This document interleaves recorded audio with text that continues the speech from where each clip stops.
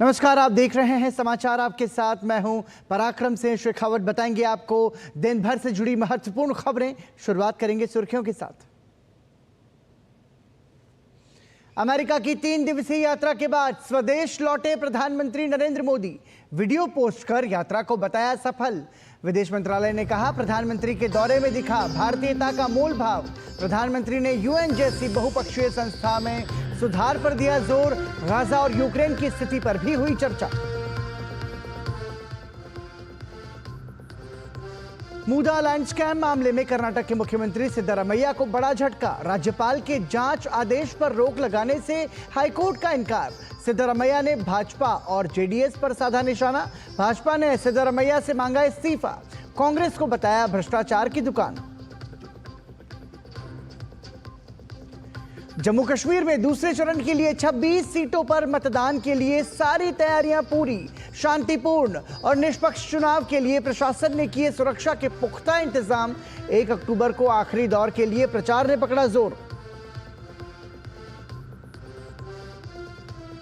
हरियाणा विधानसभा चुनाव से पहले कांग्रेस की मुश्किलें कम होने का नाम नहीं ले रही। रणदीप सिंह सुरजेवाला ने एक बार फिर से मुख्यमंत्री पद की जताई दावेदारी।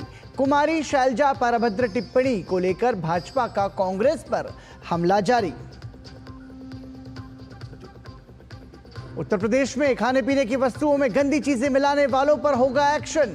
मुख्यमंत्री योगी ने दिए कठोर कार्रवाई के निर्देश। कहा, आमजन के स्वास्थ्य हितों से नहीं किया जा सकता किसी भी प्रकार का खिलवाड़।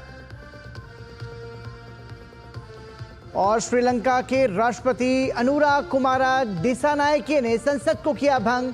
डॉक्टर हरिनी अमरसूरिया बनी श्रीलंका की नई प्रधानमंत्री। प्रधानमंत्री के पद पर पहुंचने वाली तीसरी महिला। 4 सदस्यीय मंत्रिमंडल का गठन।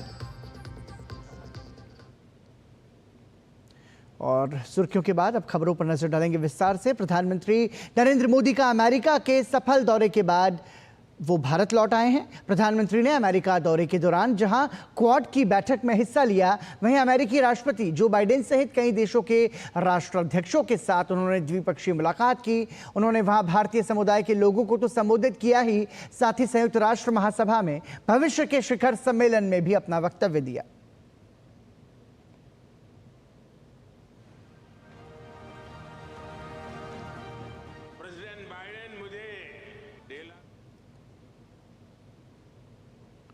प्रधानमंत्री नरेंद्र मोदी अमेरिका यात्रा को लेकर गृह और सहकारिता मंत्री अमित शाह ने सोशल मीडिया प्लेटफॉर्म एक्स पर लिखा, संयुक्त राज्य अमेरिका की 3 दिवसीय सफल यात्रा के लिए प्रधानमंत्री नरेंद्र मोदी को बधाई। ये दौरा मोदी की कूटनीति के सिद्धांत को और मजबूत करता है, जिसने पिछले 10 वर्षों में भारत को एक ग्लोबल चेंज मेकर की भूमिका की ओर अग्रसर किया है। सफल क्वाड शिखर सम्मेलन, मोदी और अमेरिका मेगा सामुदायिक कार्यक्रम और भविष्य का संयुक्त राष्ट्र शिखर सम्मेलन दुनिया भर में उनकी अपार लोकप्रियता को दर्शाता है। मोदी जी के नेतृत्व में न केवल भारत का कद एक ऐसे राष्ट्र के रूप में बढ़ा है जिसकी बात हर कोई सुनता है, बल्कि एक ऐसे राष्ट्र के रूप में भी जिसे हर देश मानवता के उत्थान में भागीदार के रूप में स्वीकार करता है। भाजपा के राष्ट्रीय अध्यक्ष जेपी नड्डा ने प्रधानमंत्री नरेंद्र मोदी के सफल अमेरिकी दौरे को सभी भारतीयों के लिए एक ऐतिहासिक क्षण बताया। उन्होंने कहा कि प्रधानमंत्री मोदी ने भारत और दुनिया के लिए महत्वपूर्ण उपलब्धियां सुनिश्चित की हैं। हर भारतीय को गर्व हुआ है कि राष्ट्रपति बाइडेन ने डेलावेयर में अपने आवास पर हमारे प्रधानमंत्री नरेंद्र मोदी जी को मेजबानी की। ये बातचीत महत्वपूर्ण निवेशों को आकर्षित कर रही है, जिससे कई भारतीय युवाओं के लिए रोजगार के अवसर पैदा हो रहे हैं। इसलिए लगभग 55 घंटों के अमेरिका दौरे में आदरणीय प्रधानमंत्री श्री नरेंद्र मोदी जी ने लगभग सभी महत्वपूर्ण विषयों को कवर किया और अपने विजन एवं कनेक्ट के बल पर भारत और दुनिया के लिए महत्वपूर्ण उपलब्धियां भी सुनिश्चित की। आंध्र प्रदेश के मुख्यमंत्री एन चंद्रबाबू नायडू ने एक्स पर लिखा, संयुक्त राज्य अमेरिका की अपनी सफल यात्रा के बाद देश लौटने पर मैं माननीय प्रधानमंत्री श्री नरेंद्र मोदी जी का स्वागत करता हूं। हम भाग्यशाली हैं कि हमें ऐसे राजनेता के नेतृत्व में काम करने का मौका मिला है। उन्होंने राष्ट्रों के बीच भारत की स्थिति को मजबूत किया है और निसंदेह एक बड़े विश्व नेता के रूप में वो उभरे हैं, जो समुदायों और देशों को एक साथ ला रहे हैं। संयुक्त राष्ट्र में उनका संबोधन विश्व नेताओं के लिए भारत के महत्व और आने वाले वर्षों में वैश्विक मंच पर हमारी भूमिका के महत्व का प्रमाण है। महाराष्ट्र के मुख्यमंत्री एकनाथ शिंदे ने एक्स पर लिखा, प्रधानमंत्री नरेंद्र मोदी की अमेरिका यात्रा ने एक बार फिर दिखा दिया कि वो एक वैश्विक राजनेता और ट्रेंड सेटर हैं। प्रधानमंत्री की ये यात्रा सिर्फ आर्थिक या राजनीतिक दृष्टिकोण से ही महत्वपूर्ण नहीं है, बल्कि ये भारत की सांस्कृतिक पहचान और वैश्विक स्तर पर इसके महत्व को दर्शाती है। प्रधानमंत्री मोदी और राष्ट्रपति बाइडेन ने तकनीक और व्यापार में निवेश के मुद्दों पर चर्चा की। इसके अलावा कई वैश्विक कंपनियों के साथ भी तकनीक को लेकर चर्चा हुई। स्वच्छ ऊर्जा, कैंसर मुक्त संस्कृति, दवा नियंत्रण, लघु और सूक्ष्म उद्योगों को प्राथमिकता, सेमीकंडक्टर जैसे विभिन्न विषयों पर समझौता ज्ञापनों पर हस्ताक्षर किए गए। महाराष्ट्र के इन क्षेत्रों की कई महत्वपूर्ण कंपनियों के साथ पहले से ही संबंध हैं और आगे इसे और मजबूत किया जाएगा। जमीन घोटाले में घिरे कर्नाटक के मुख्यमंत्री सिद्धारमैया को आज कर्नाटक हाईकोर्ट से बड़ा झटका लगा है। कर्नाटक के राज्यपाल ने मुख्यमंत्री के खिलाफ जांच का आदेश दिया था, जिसे रोकने के लिए सिद्धारमैया कोर्ट पहुंचे थे, लेकिन सिद्धारमैया को हाईकोर्ट से कोई राहत नहीं मिली है। इस पूरे मामले पर भाजपा ने सिद्धारमैया से इस्तीफा मांगा है, तो कांग्रेस कानूनी विकल्पों की बात कह रही है। सिद्धारमैया पर अपनी पत्नी के नाम पर मैसूर में गलत तरीके से जमीन आवंटित करवाने का मामला है। कर्नाटक के मुख्यमंत्री सिद्धारमैया को हाईकोर्ट से बड़ा झटका लगा है। मंगलवार को कर्नाटक हाईकोर्ट ने मुडा लैंड स्कैम मामले में सिद्धारमैया की उस याचिका को खारिज कर दिया, जिसमें उन्होंने कर्नाटक के राज्यपाल के उस आदेश को चुनौती दी थी, जिसमें उन्होंने सिद्धारमैया के खिलाफ आरोपों की जांच की अनुमति दी थी। सुनवाई के दौरान कोर्ट ने कहा कि अभियोजन की मंजूरी देने के लिए राज्यपाल सक्षम प्राधिकारी हैं। It appears that it is exhaustive, and after it having duly considered numerous judgments of the various honorable high courts as well as the honorable apex court, the judgment has been rendered. So that being the case, our preparation would be pretty much the same. See, appeal is the right of the petitioner. In accordance with law, whatever was required to be taken care of, I think the order in brief, what is told to us, is a simple summary. And the summary to be expanded, we know what will be there. And I'm sure the judge has traveled quite far into various judgments throughout this country to come to this conclusion. It's a fantastic order. Karnataka के मुख्यमंत्री सिद्धारमैया पर मैसूरू शहरी विकास प्राधिकरण से गलत तरीके से जमीन हासिल करने के मामले पर लंबे समय से आरोप लग रहे हैं, लेकिन इन आरोपों को वो राजनीति से प्रेरित बताते रहे हैं। लेकिन अब हाईकोर्ट से राहत न मिलने और उनके खिलाफ कोर्ट की सख्त टिप्पणी के बावजूद सिद्धारमैया इसे भाजपा और जेडीएस की साजिश करार दे रहे हैं। I will discuss with the legal experts and also with my cabinet colleagues and party and also with the High Command. What action to be taken legally to be spelled out. Karnataka के CM के इस भ्रष्टाचार के मामले पर भाजपा लंबे समय से पूरे राज्य में आंदोलन चला रही है। बीजेपी का कहना है कि कोई कानूनी अधिकार नहीं बनता कि सिद्धारमैया कर्नाटक के मुख्यमंत्री बने रहें। जो कुछ भी उन्होंने प्रश्न उठाया था, लीगल और मॉरल, सबको हाईकोर्ट ने उत्तर दे दिया है। सिद्धारमैया तुरंत इस्तीफा देना चाहिए। राज्य के उच्च न्यायालय कर्नाटक हाईकोर्ट आज के जजमेंट में क्लियरली बताया है, जो भी राज्यपाल ने निर्णय लिया है वो पूरा सही है। सो मुख्यमंत्री जी को ये जजमेंट को मानते हुए तुरंत इस्तीफा देना चाहिए। ला सबको बराबर है ना, सीएम होने के नाते उनको अलग संविधान है क्या, अलग कानून है क्या? सबको एक ही है।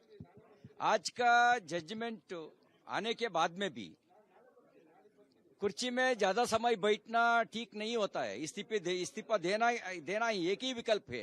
कर्नाटक कांग्रेस में विधानसभा चुनाव के बाद से ही सिद्धरमैया और शिवकुमार ग्रुप में सीएम पद को लेकर लड़ाई जग जाहिर रही है, लेकिन इस मामले के सामने आने के बाद सरकार की छवि पर लग रहे दाग के मामले में फिलहाल डीके शिवकुमार ने सीएम के इस्तीफे की मांग से इनकार किया है। There is no question. My chief minister has not done anything wrong. He is not involved with any scam. It is a political conspiracy by the BJP to all of us, to all the opposition leaders in the country.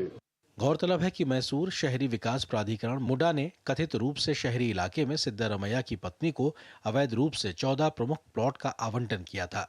इस मामले के सामने आने के बाद कर्नाटक के राज्यपाल थावरचंद गहलोत ने सिद्धरमैया पर लग रहे आरोपों के जांच के आदेश दिए थे और सिद्धरमैया उस आदेश को चुनौती देते हुए हाई कोर्ट गए, जहां उन्हें कोई राहत नहीं मिली और अब वो बाकी कानूनी विकल्पों की बात कर रहे हैं।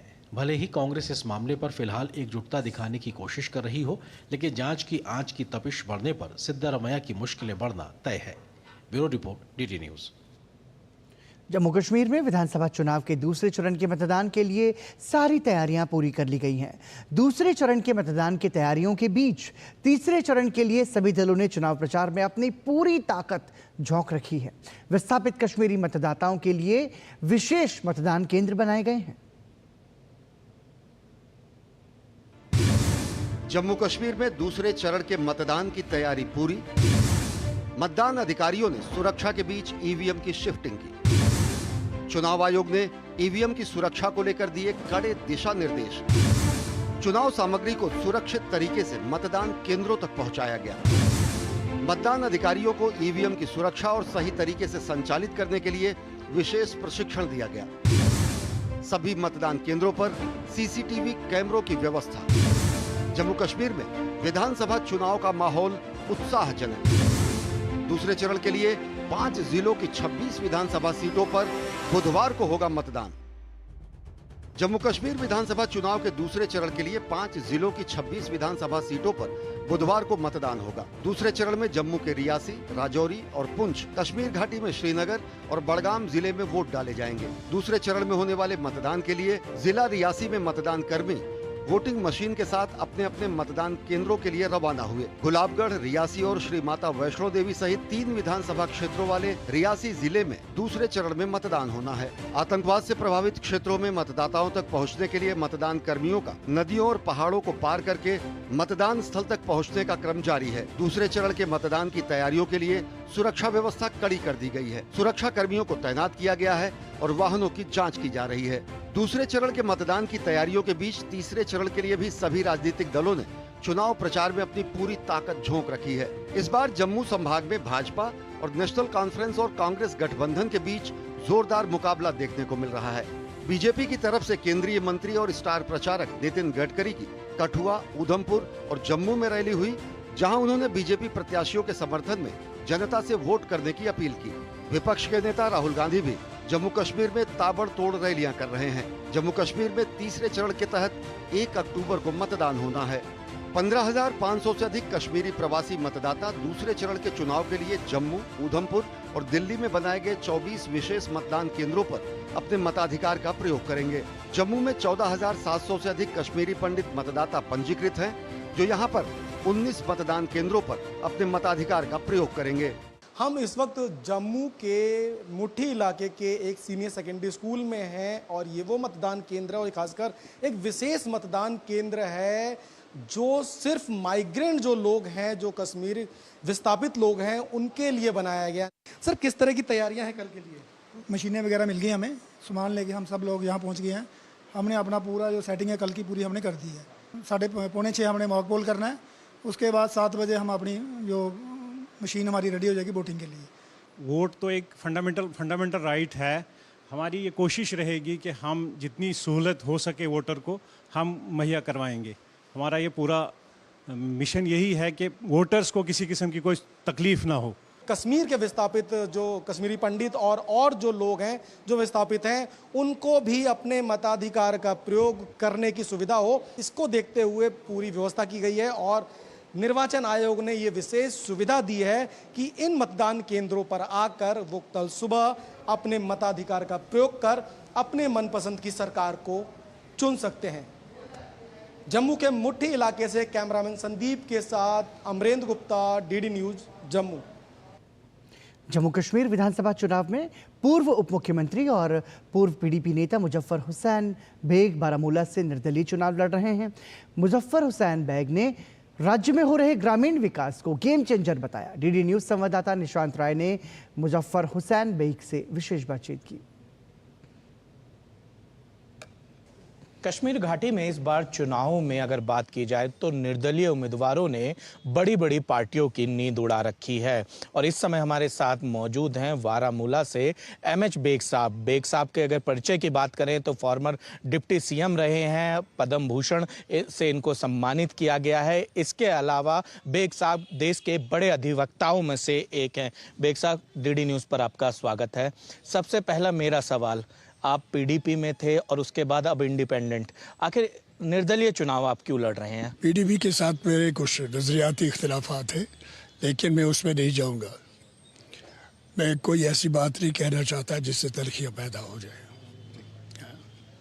और कोई दूसरी पार्टी ऐसी तो है नहीं स्वाय नेशनल के और कांग्रेस के, उन्होंने अपनी अलाइनमेंट पर पहले ही की है। तो इस सूरत हाल में हमने सोचा कि इंडिपेंडेंट ही इलेक्शन लड़ेंगे। 2014 से पहले का जम्मू एंड कश्मीर और 2014 के बाद का जम्मू एंड कश्मीर, कुछ बदलाव देखते हैं। और उसके बाद अगर बात की जाए तो आर्टिकल 370 को जब कमज़ोर किया गया, उसके बाद का कश्मीर। देखिए 2014 का पहला कश्मीर, मिलिटेंसी एक प्रॉब्लम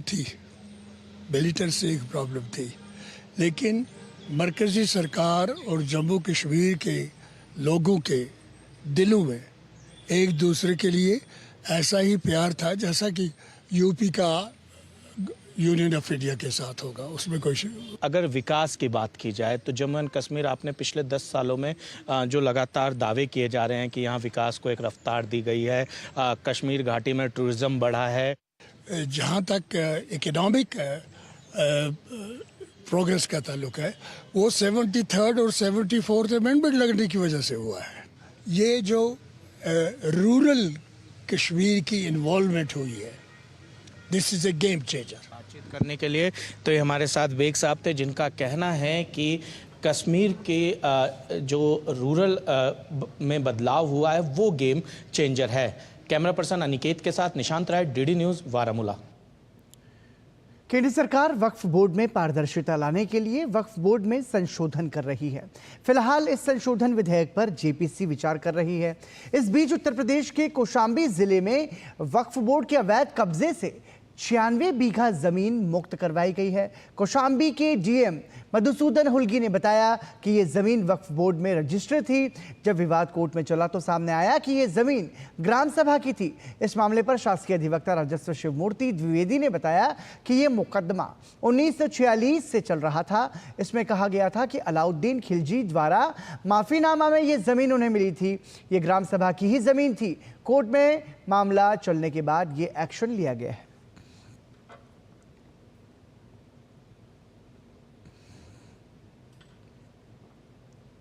ये वक्फ बोर्ड में पहले रजिस्टर्ड था, फिर जब डीडीसी न्यायालय में वाद चल रहा था उससे ये पता चला कि ये बहुत सारा ज़मीन ग्राम समाज की ज़मीन थी और उसमें ये पता लगाया कि क्या किस श्रेणी में दर्ज था और क्या ये ग्राम समाज की ज़मीन थी, क्या काश्तकारों की ज़मीन थी। इस समस्त बिंदुओं पे जब डीडीसी न्यायालय से ये परीक्षण किया गया कागज़ों का, उसके क्रम में न्यायालय से आदेश भी हुआ कि ये ग्राम समाज की ज़मीन है। तो इसलिए 96 बीघा की ज़मीन है जिसको वापस ग्राम समाज की ज़मीन में दर्ज किया गया है, जो पहले वक्फ बोर्ड के इसमें दर्ज था।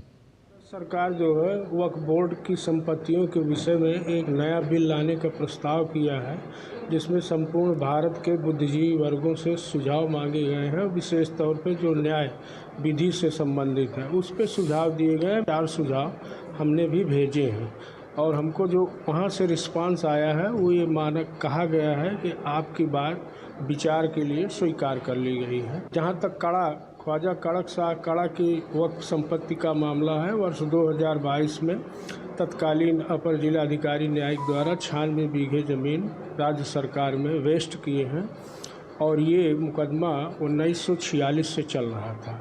इसमें कहा गया था कि अलाउद्दीन खिलजी द्वारा माफ़ीनामा के तहत हमको ये ज़मीन मिली थी। मुस्लिम जमात ने केंद्र सरकार के वक्फ संशोधन बिल का समर्थन किया है। केंद्र सरकार ने वक्फ से संबंधित एक कानून बनाने की प्रक्रिया में वक्फ संशोधन बिल पेश किया है, जिससे मुसलमानों के कई संगठनों ने खुला समर्थन देने का ऐलान किया है। संगठन की तरफ से ये कहा गया है कि ये वक्फ संशोधन बिल मुसलमानों की आर्थिक तंगी को दूर करने में मदद करेगा। इसी विषय पर हमारे संवाददाता कुमार आलोक ने इस्लाम धर्म के प्रख्यात विद्वान मुफ्ती वजाहत से खास बातचीत की। हमारे साथ है प्रख्यात इस्लामिक विद्वान मुफ्ती वजाहत साहब। सर, हम आपसे यही जानना चाहेंगे कि अमेंडमेंट तो इस कानून में पहले भी हुए हैं, 2011 में भी हुआ था, तब इतना बवाल नहीं हुआ, लेकिन इस बार जब अमेंडमेंट लेकर आई है सरकार तो इतना बवाल क्यों है?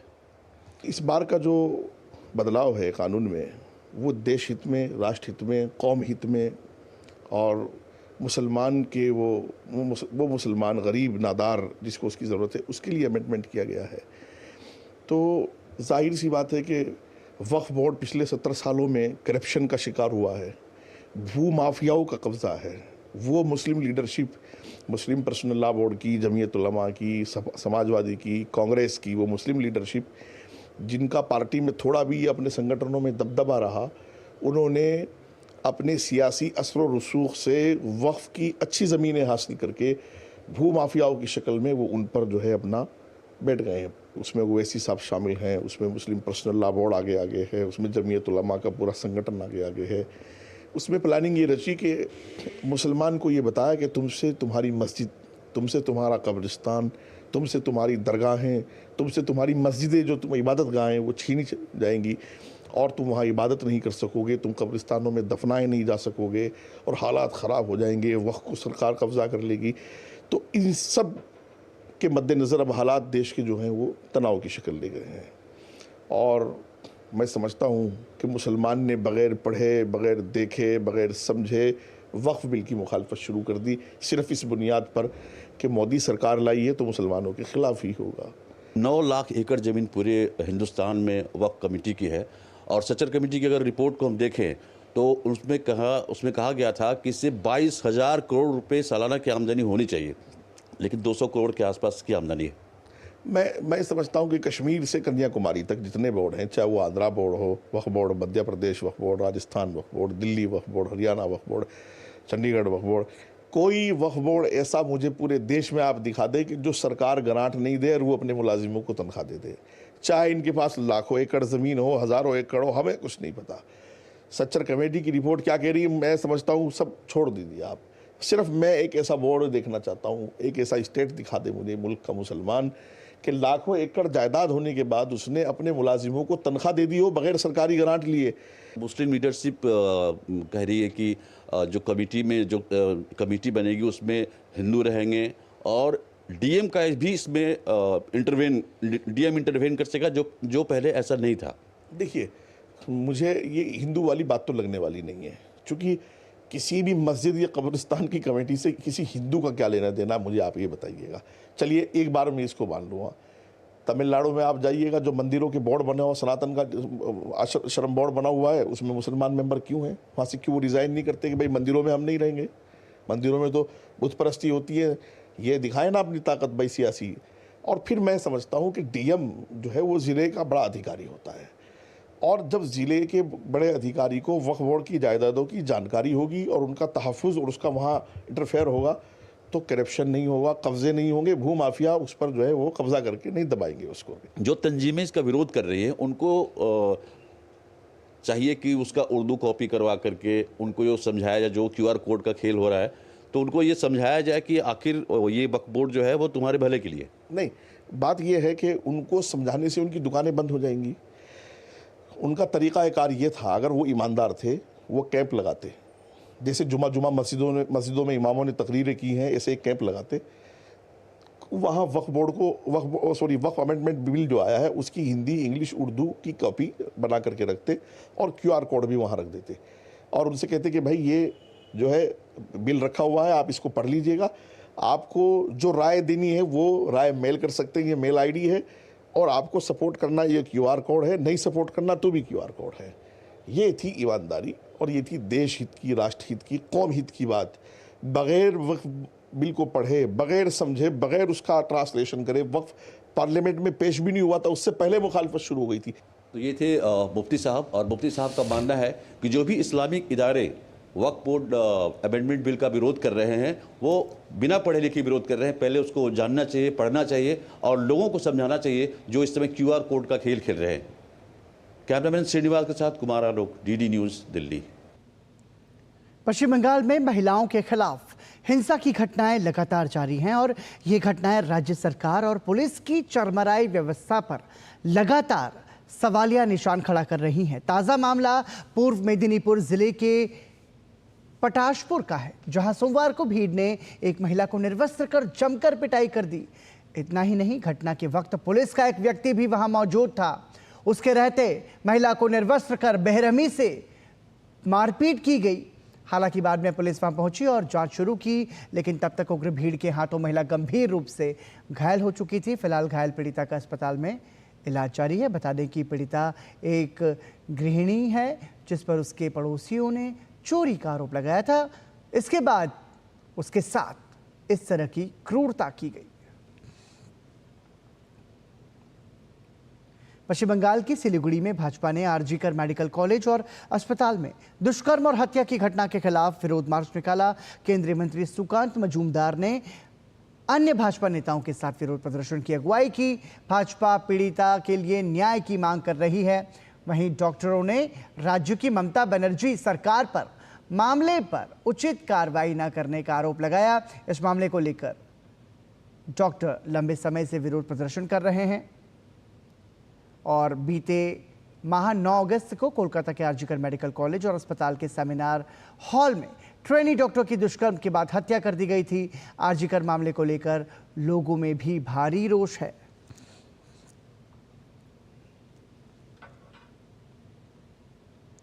उत्तर प्रदेश में सुल्तानपुर डकैती कांड के आरोपी अनुज सिंह के एनकाउंटर पर जहां सियासत गर्म है, तो वहीं दूसरी तरफ महाराष्ट्र में भी बदलापुर कांड के आरोपी के मारे जाने पर राजनीतिक बयानबाजी शुरू हो गई है।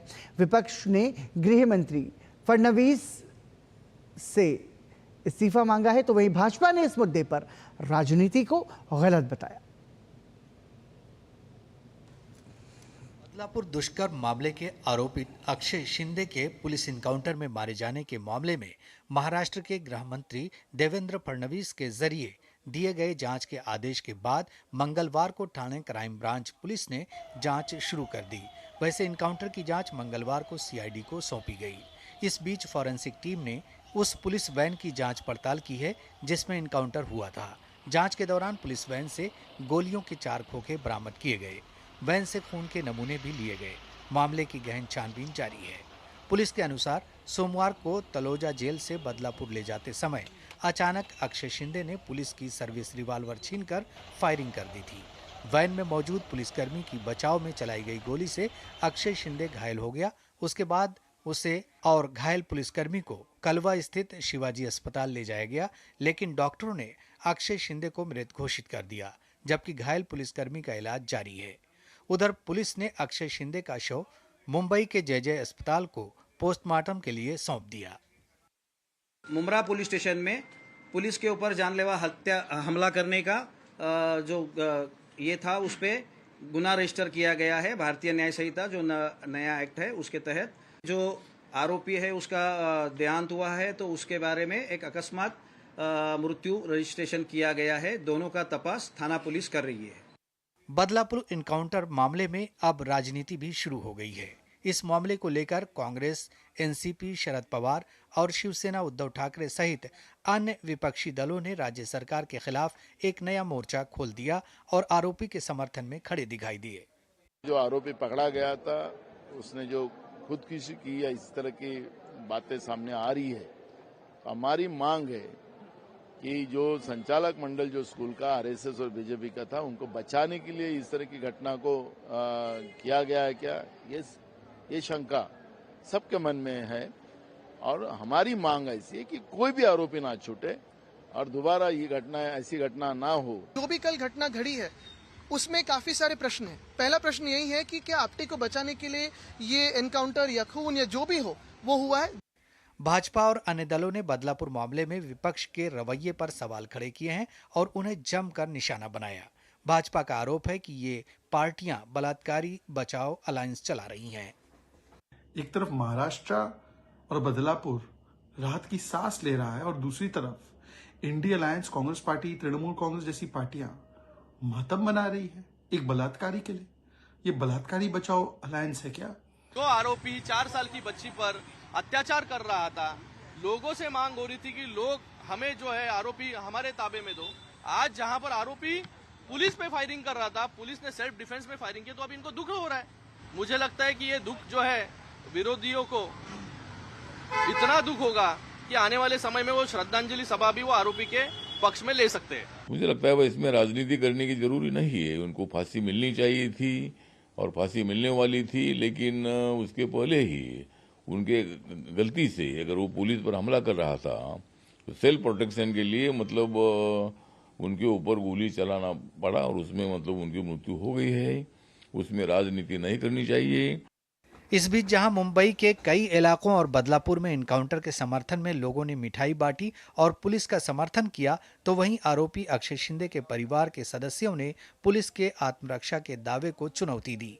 मामला जो भी हो उसका पता जांच के बाद ही चल पाएगा, लेकिन जिस प्रकार से विपक्ष ने इस पूरे मामले में राजनीति शुरू की है वो कई सवाल खड़े कर रही है।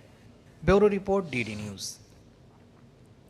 तिरुपति के विश्व प्रसिद्ध बालाजी मंदिर में प्रसादम को लेकर हुए विवाद के बाद विश्व हिंदू परिषद के केंद्रीय संयुक्त महामंत्री डॉक्टर सुरेंद्र जैन ने कहा है कि मंदिरों का सरकारीकरण नहीं, समाजीकरण होना चाहिए। उन्होंने कहा कि तिरुपति की घटना की उच्च स्तरीय न्यायिक जांच होनी चाहिए। साथ ही उन्होंने दोषियों को कठोरतम सजा देने की भी मांग की। तिरुपति से ही शंखनाद कर दिया है हमने कि अब मंदिरों को हम सरकारी कब्जे से मुक्त कराएंगे, और उसके लिए हमने पहले कदम के तौर पर सभी राजधानियों में धरना प्रदर्शन करके राज्यपाल के नाम ज्ञापन देने का तय किया है। ज्ञापन देंगे मुख्यमंत्री को, जुडिशियल स्टेप्स लिए जाएंगे, क्योंकि कानून का हर पहलू इस विषय में दिशा स्पष्ट करता है कि सरकारों का काम नहीं है मंदिरों को चलाना, वो उनको सरकारें चलाएं तो ही पर्याप्त है। मंदिरों में हस्तक्षेप नहीं करना चाहिए, हमारी आस्थाओं में नहीं।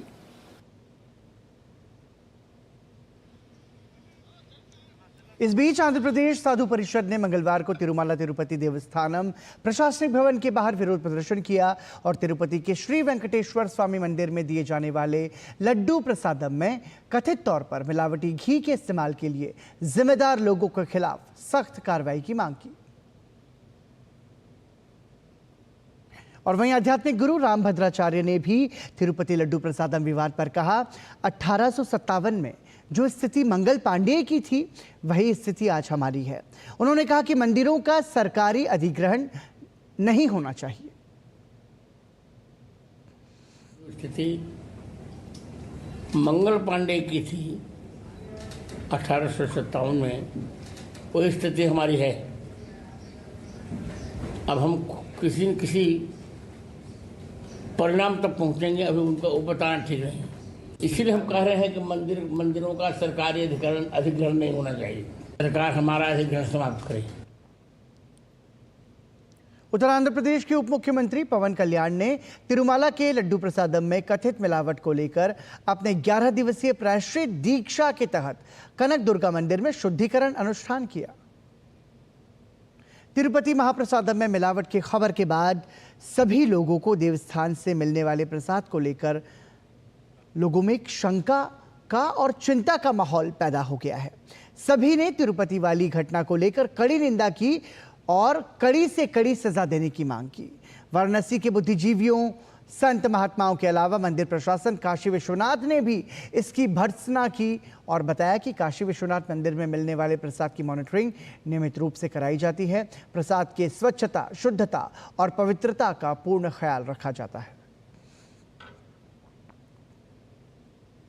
तिरुपति बालाजी का प्रसाद के बारे में जो ये चर्चाएं हो रही हैं, ये सनातन धर्म को खंडित करने का एक चरित्र है, और क्योंकि यह सब कार्य नहीं होना चाहिए, ये जो भी लोग इसमें शामिल हैं उनको दंड मिलना चाहिए और इसकी जांच होनी चाहिए, और सनातन बोर्ड स्थापित होना चाहिए जो सभी मठ मंदिरों की जांच करे और अपनी व्यवस्था रखे। प्रसाद में जिस रॉ मटेरियल का प्रयोग हो रहा है उसकी गुणवत्ता उच्चतम हो, इसके लिए ये मंदिर न्यास बिल्कुल सुनिश्चित करता है कि यदि आप घी खरीद रहे हैं तो घी की पहले उस फर्म की लैब टेस्टिंग हो। यदि लैब टेस्ट में बिल्कुल सब चीज़ ओके है तभी आप उस घी को खरीदेंगे। तो इस सारे उच्च गुणवत्ता के सामानों से सनातन धर्मियों के द्वारा निर्मित लड्डू जब बिक्री के लिए मंदिर के काउंटर पे आता है तो हमारे उत्तर प्रदेश सरकार के फूड एवं सेफ्टी डिपार्टमेंट जो हमारा विभाग है वह इनकी रैंडम सैंपलिंग करता है ताकि कहीं से कोई कमी न रह जाए। इस प्रकार मंदिर काशी विश्वनाथ मंदिर न्यास शुरू से ही पहले से सजग है। दिल्ली के संसद भवन परिसर में 10वें राष्ट्रमंडल संसदीय संघ सीपीए का 2 दिवसीय भारत क्षेत्र सम्मेलन आयोजित किया गया। सम्मेलन के बाद लोकसभा अध्यक्ष ओम बिरला ने मीडिया को संबोधित किया। क्या कुछ रहा सम्मेलन में खास, बता रहे हैं हमारे संवाददाता राजेश राज।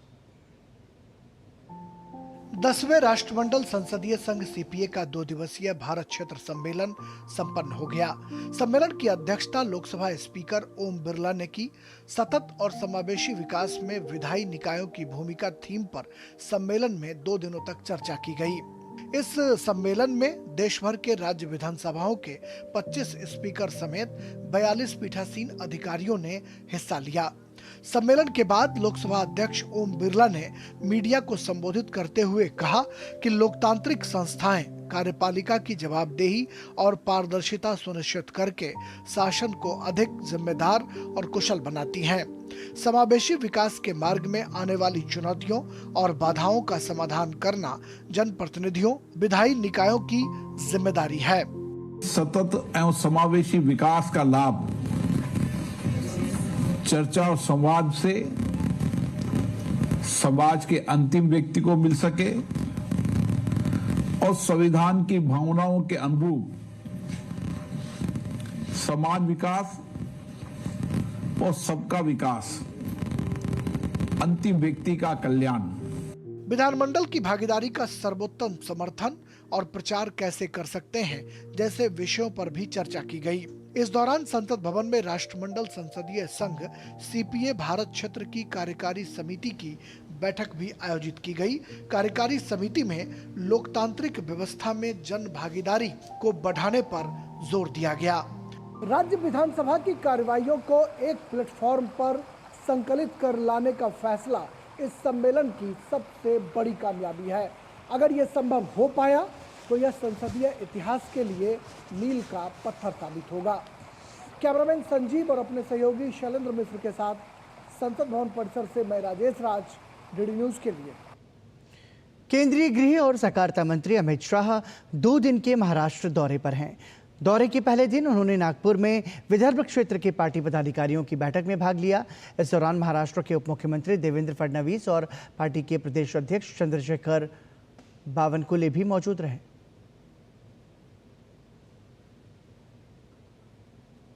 उत्तर प्रदेश की राज्यपाल आनंदीबेन पटेल 5 दिन के वाराणसी दौरे पर हैं। इस दौरान वो आसपास के विभिन्न विश्वविद्यालयों के दीक्षांत समारोह में भाग लेंगी। प्रदेश के विश्वविद्यालयों में सुधार और अन्य मुद्दों पर राज्यपाल से खास बातचीत की हमारे संवाददाता हरिकेश बहादुर ने। उत्तर प्रदेश की महामहिम राज्यपाल आनंदीबेन पटेल जी वाराणसी में हैं अपने 5 दिवसीय दौरे पर।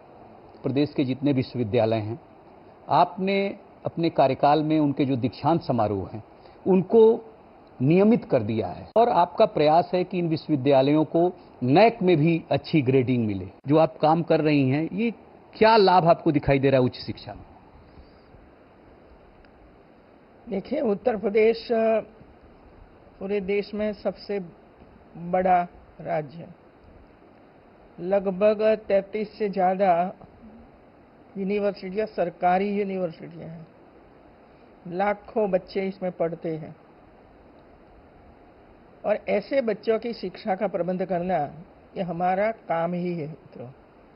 और इसी वजह से हम लोगों ने प्रयास किया है कि यूनिवर्सिटी में जो आने वाले बच्चे हैं उसको क्वालिटी एजुकेशन प्राप्त हो, उसका अच्छी तरह से प्लेसमेंट हो, रिसर्च वर्क हो। इसी तरह हम लोगों ने काम का आरंभ किया। लेकिन शुरुआत में मैंने देखा कि समय पे न एडमिशन होता था, समय पे न रिजल्ट आता था, कॉन्वोकेशन भी 1 साल के बाद 2 साल के बाद होता था। ऐसी स्थिति में से हम परिवर्तन करने का एक दृढ़ संकल्प किया कि जितनी बदिया है सब बदिया हमें दूर करेंगे। आंगनबाड़ी के माध्यम से गांव-गांव में आपने एक क्रांति जैसा ला दिया है। तो आपकी जो कार्यशैली है आंगनबाड़ी के लिए ये विशेष क्यों है? जब मैं इधर आई तो ये पता चला कि भाई इधर महिला बाल कल्याण विभाग अलग है, पुष्टाहार विभाग अलग है, वो विभाग अलग है, किसी के बीच में मनमेल नहीं है। ऐसे तो कैसे सरकारें चलती है। और सबसे पहले जब मिलने के लिए मैं प्रधानमंत्री श्री को गई तो उन्होंने मुझे ये बताया कि आप इधर जिस तरह गुजरात में आपने आंगनवाड़ी पर फोकस किया था और वहाँ जनभागीदारी से आपने बहुत ही काम किया था, इसी तरह मेरे मत क्षेत्र से आप शुरू कीजिए और पूरे उत्तर प्रदेश में ले जाइए। तब से मैंने काम का शुरुआत की। देखिए सर कि बच्चों को आंगनवाड़ी में बैठने के लिए टेबल न हो, चेयर न हो, आसन न हो, लिखने के लिए भी एक छोटा सा टेबल न मिले, ये बच्चे क्या करेंगे? गर्म भोजन न मिले, ऐसी स्थिति में आंगनवाड़ी नहीं चल सकती है, क्योंकि ये तो हमारा भविष्य है। और देश कैसे आगे बढ़ेगा तो इसकी जिम्मेवारी भविष्य में उनके कंधे पर ही आने वाली है। तो हमारी जिम्मेवारी ये है कि बच्चे सशक्त भी बने, स्वस्थ भी बने, अच्छी तरह से पढ़ना का काम भी करें, संस्कार भी अच्छा प्राप्त हो, अलग अलग प्रकार की प्रवृत्तियाँ हो, तो उसकी जो अलग अलग प्रकार की जो कौशल है उसका भी विकास हो। इस नंद घर से माताएं, जो गर्भवती माताएं हैं या माताएं हैं जिनके पुष्टाहार की बात आप कर रही थी, उनको कितना लाभ मिलता हुआ आपको दिखाई दे? चूंकि आप बहुत ज़्यादा प्रयास इस क्षेत्र में कर रहे हैं। 100 बच्चों में से 40 बच्चे कुपोषित हैं। तो इस पर ध्यान देना ये हमारी जिम्मेवारी है, सरकार की भी जिम्मेवारी, समाज की भी जिम्मेवारी है। लेकिन जब प्रयास शुरू होता है ना, तब ये काम इतना जो कठिन नहीं लगता है। उसको अच्छा भोजन मिले, कुछ अच्छी दवाई उसको मिल जाए, कुछ पढ़ने लिखने सामान उसको मिल जाए, और हमारी जो माता है, ये माताओं की डिलीवरी के पहले उनको जो पैसा मिलता है राज्य सरकार और केंद्र सरकार से, उसका सही उपयोग करें तो स्वस्थ बच्चे का जन्म होता ही है। इस पर ध्यान आकर्षित करने की जरूरत थी और ये काम आज हो रहा है। उत्तर प्रदेश के बाराबंकी में मुख्यमंत्री योगी आदित्यनाथ ने कहा कि पंडित दीनदयाल उपाध्याय ने 7 दशक पहले जो सपने देखे थे उन्हें साकार करने के लिए प्रधानमंत्री मोदी के नेतृत्व में एनडीए सरकार पूरी प्रतिबद्धता के साथ कार्य कर रही है। पंडित दीनदयाल उपाध्याय जी की इस पावन जयंती की पूर्व संध्या पर हम सब एकत्र हुए हैं। बाराबंकी जनपद के विजय उद्यान में उनकी भव्य प्रतिमा का आज यहां पर लोकार्पण का कार्यक्रम संपन्न हुआ है। उन स्थितियों में मुझे बताते हुए प्रसन्नता की अनुभूति हो रही है कि पंडित जी ने आज से 7 दशक पहले जो सपने देखे थे, उन सपनों को साकार करने के लिए आज प्रधानमंत्री मोदी जी के नेतृत्व की एनडीए सरकार पूरी प्रतिबद्धता के साथ कार्य कर रही है। वाराणसी स्थित ज्ञानवापी वजूखाना का भारतीय पुरातत्व सर्वेक्षण से सर्वे कराए जाने की मांग वाली पुनरीक्षण याचिका पर इलाहाबाद हाई कोर्ट में सुनवाई हुई। मामले की सुनवाई न्यायमूर्ति रोहित रंजन अग्रवाल की सिंगल बेंच कर रही है। हिंदू पक्ष के अधिवक्ता सौरभ तिवारी ने कोर्ट में दलीलें पेश करते हुए कहा कि शिवलिंग को छोड़कर वजूखाने में के बाकी हिस्से का भी सर्वेक्षण कराया जाना चाहिए। इसके साथ ही मुस्लिम पक्ष ने भी कोर्ट में अपना जवाब दाखिल किया। बता दें कि याचिका राकेश सिंह की तरफ से दाखिल की गई।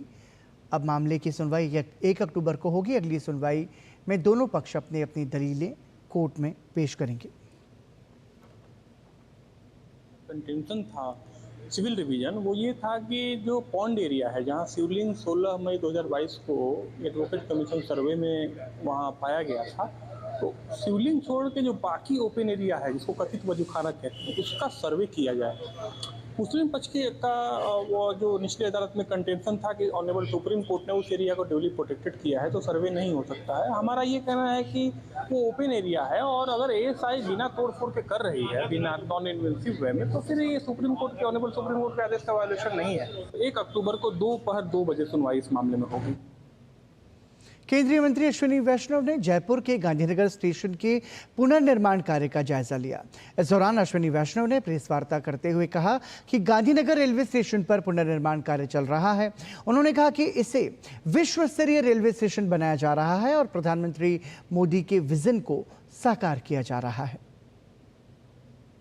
प्रधानमंत्री जी ने हमेशा कहा कि स्टेशन शहर के दोनों हिस्सों को जोड़ने वाला बनना चाहिए, तो जोड़ने का जो माध्यम है वो है ये roof plaza. Roof plaza station के दोनों साइड को जोड़ने के हिसाब से बनी है और बहुत बड़ा एरिया स्टेशन के ऊपर डेवलप होता है इससे। ये जो आप रूफ प्लाजा देख रहे हो ये कॉन्कोर्स है, यहाँ पे पैसेंजर्स आके ठहरेंगे, आराम से इंतजार करेंगे, वेट करेंगे, अपना बच्चे भी साथ में तो उनके लिए खेलने की जगह बनेगी। तो ये एक विश्व स्तरीय जो प्रधानमंत्री जी का स्वप्न है, संकल्प है रेलवे के स्टेशंस को रीडेवलप करने का, उसका ये एग्जाम्पल है। राजस्थान के सवाई माधोपुर दौरे के दौरान रेल मंत्री अश्विनी वैष्णव ने बीते दिनों ट्रेनों को डिरेल करने की कोशिश करने वालों को सख्त संदेश दिया। पत्रकारों से बात करते हुए उन्होंने कहा कि किसी भी तरह की साजिश करने वालों के खिलाफ राज्य पुलिस और एनआईए की मदद से सख्त कार्रवाई की जाएगी। जो भी लोग डिरेल करने की कोशिश कर रहे हैं उन सबको स्पष्ट तौर पे कहना चाहता हूं कि रेलवे के साथ कोई राजनीतिकरण न करे और राज्य की पुलिस के साथ एनआईए के साथ मिलके कठोर से कठोर कार्रवाई की जाए। केंद्रीय मंत्री अश्विनी वैष्णव ने सवाई माधोपुर में 40 मीटर लंबे कवच टावर का उद्घाटन किया। इसके साथ ही उन्होंने रेलवे की कवच 4.0 का निरीक्षण भी किया। रेलवे सुरक्षा प्रणाली पूरी तरह से अत्याधुनिक सुरक्षा प्रणाली है जो रेल दुर्घटना की रोकथाम में महत्वपूर्ण साबित होगा। ये रेलवे ट्रैक पर ट्रेनों का सुरक्षित तरीके से संचालन करेगा। केंद्रीय मंत्री अश्विनी वैष्णव ने कहा कि कवच 4.0 के तहत लोको पायलट अपनी कैब में ही 10 किलोमीटर दूर का सिग्नल देख सकता है। इसके साथ ही अगर ट्रेन रेड सिग्नल के पास पहुंच रही है और ड्राइवर ध्यान नहीं दे रहा है तो कवच अपने आप ब्रेक लगा देगा। कवच 4.0 को लेकर केंद्रीय मंत्री अश्विनी वैष्णव से खास बातचीत की हमारे संवाददाता ने।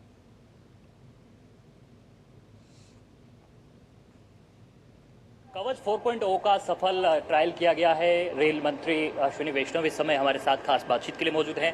वैष्णव साहब, आज आपने यहाँ राजस्थान में इस कवच 4.0 का जो सफल ट्रायल लिया है, क्या कुछ इसमें आपको यहाँ पर नजर आया और कितना ये सफल है?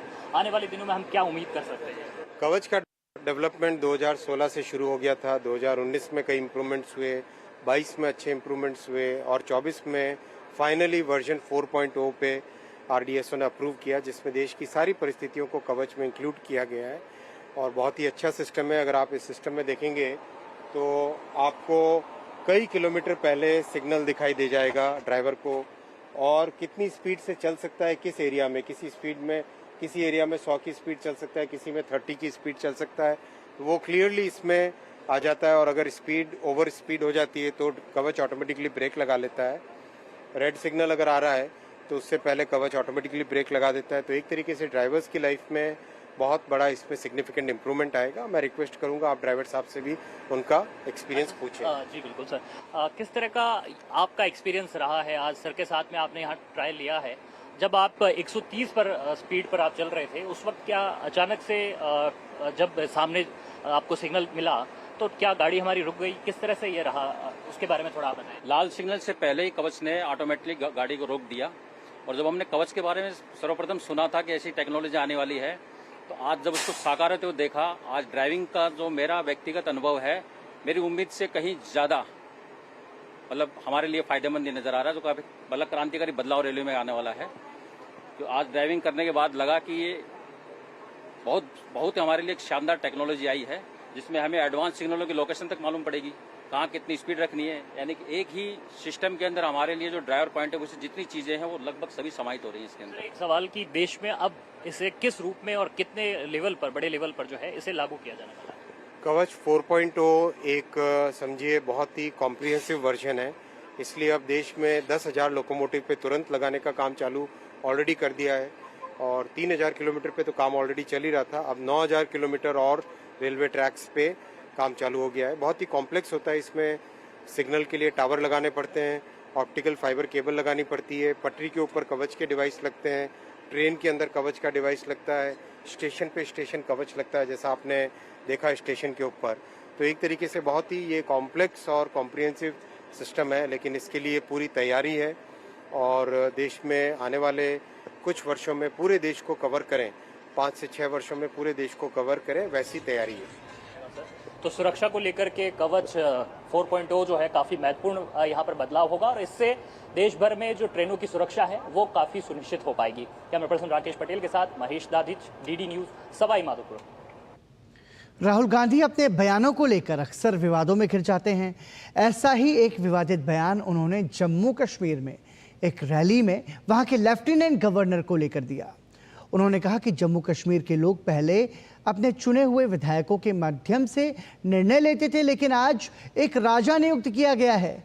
उन्होंने कहा कि एलजी एक राजा की तरह है और वो एक बाहरी व्यक्ति है, इसलिए वो नहीं कर सकते जो जम्मू कश्मीर के लोगों के दिल में है।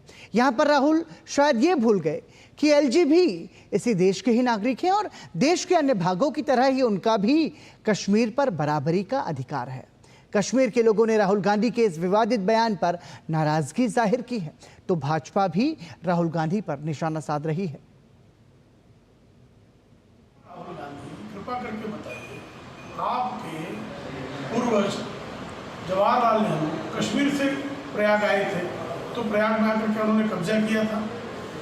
रायबरेली में क्या इंदिरा गांधी ने आके कब्जा किया था? आप भी रायबरेली में बाहरी युद्ध के आपने कब्जा किया और आपकी माता श्रीमती सोनिया गांधी तो इटली से आई है। तो आप कैसी बातें कर रहे हैं? आप चीन और पाकिस्तान के इशारे पर अलगाववाद की आग लगाने का जो षड्यंत्र रच रहे हैं कभी सफल नहीं होगा। कश्मीर भारत का अंग है, रहेगा।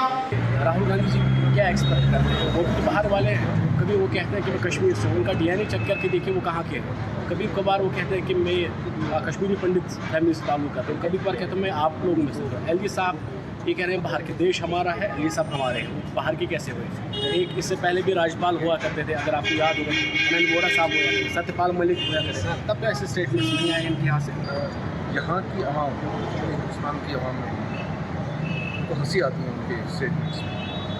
अगर वो अपने शासन को देखें, अपने कार्यकाल को देखें जो कांग्रेस कर रहा है, जितने भी यहाँ पे गवर्नर्स रहे हैं, वो मुझे एक गवर्नर का नाम बताएं जो यहाँ कश्मीर से, और उसको पॉइंट आउट करते हुए यहाँ की आवाम को बहकाने की कोशिश कर रहे हैं। यहाँ की आवाम, यहाँ का नौजवान अब समझ चुका है। सुप्रीम कोर्ट कॉलेजियम ने कई राज्यों के हाई कोर्ट में न्यायाधीशों की नियुक्ति की सिफारिश की है।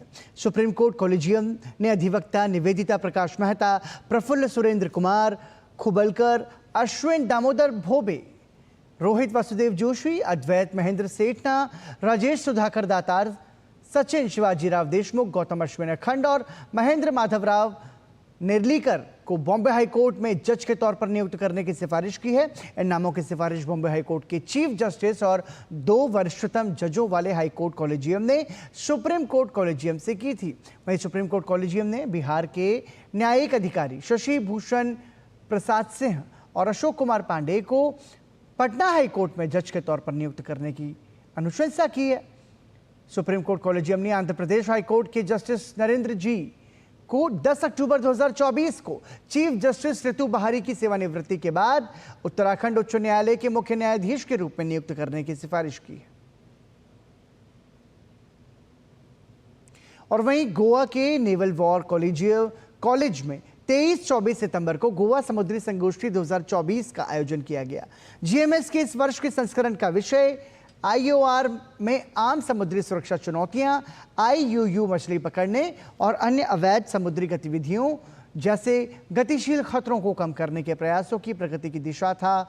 यह विषय हिंद महासागर क्षेत्र में समृद्धि सुनिश्चित करने के लिए प्रधानमंत्री द्वारा प्रतिपादित क्षेत्र में सभी के लिए सुरक्षा और विकास के विचार पर आधारित था। संगोष्ठी के संस्करण में Bangladesh, Indonesia, Madagascar, Malaysia, Maldives, Mauritius, Myanmar, Seychelles, Singapore, Sri Lanka, Thailand, Kenya और तंजानिया के प्रतिनिधिमंडलों ने भाग लिया। इस संगोष्ठी में सहयोगात्मक सूचना साझाकरण तंत्र, क्षेत्रीय सहयोग को मजबूत करने के विभिन्न उपायों और उभरते गैर पारंपरिक खतरों को कम करने पर चर्चा हुई। दिल्ली के आकाशवाणी भवन में रंगारंग कार्यक्रम माटी के रंग का आयोजन किया गया। कार्यक्रम में प्रसार भारती के चेयरमैन नवनीत सहगल, दूरदर्शन की महानिदेशक कंचन प्रसाद और आकाशवाणी की महानिदेशक प्रज्ञा पालीवाल गौर शामिल हुई। माटी के रंग कार्यक्रम में राजस्थानी लोकगीतों को प्रस्तुत किया गया।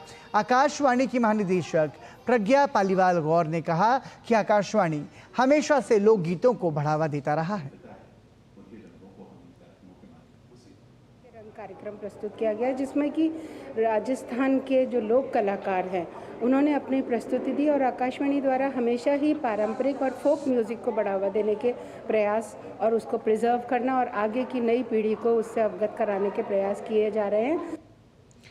श्रीलंका के राष्ट्रपति अनुरा कुमारा दिसानायके ने देर रात श्रीलंका की संसद को भंग कर दिया।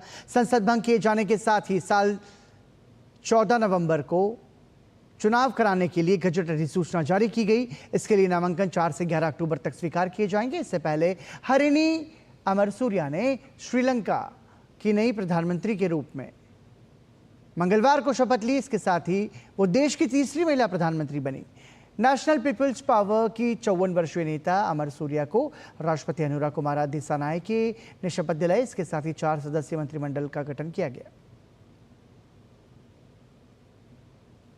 और आपको बता दें कि खबरों की दुनिया से जुड़े रहने के लिए अब डीडी न्यूज़ की खबरें और अपडेट्स आप यूट्यूब, फेसबुक, ट्विटर, इंस्टाग्राम और हमारी वेबसाइट पर भी उपलब्ध हैं। ट्विटर यानी से मतलब एक्स, और आप इन्हें फॉलो कर सकते हैं, सब्सक्राइब कर सकते हैं। इसी के साथ ही समाचार में अभी के लिए इतना ही। देश और दुनिया की बाकी खबरों के लिए देखते रहिए डीडी न्यूज़। नमस्कार।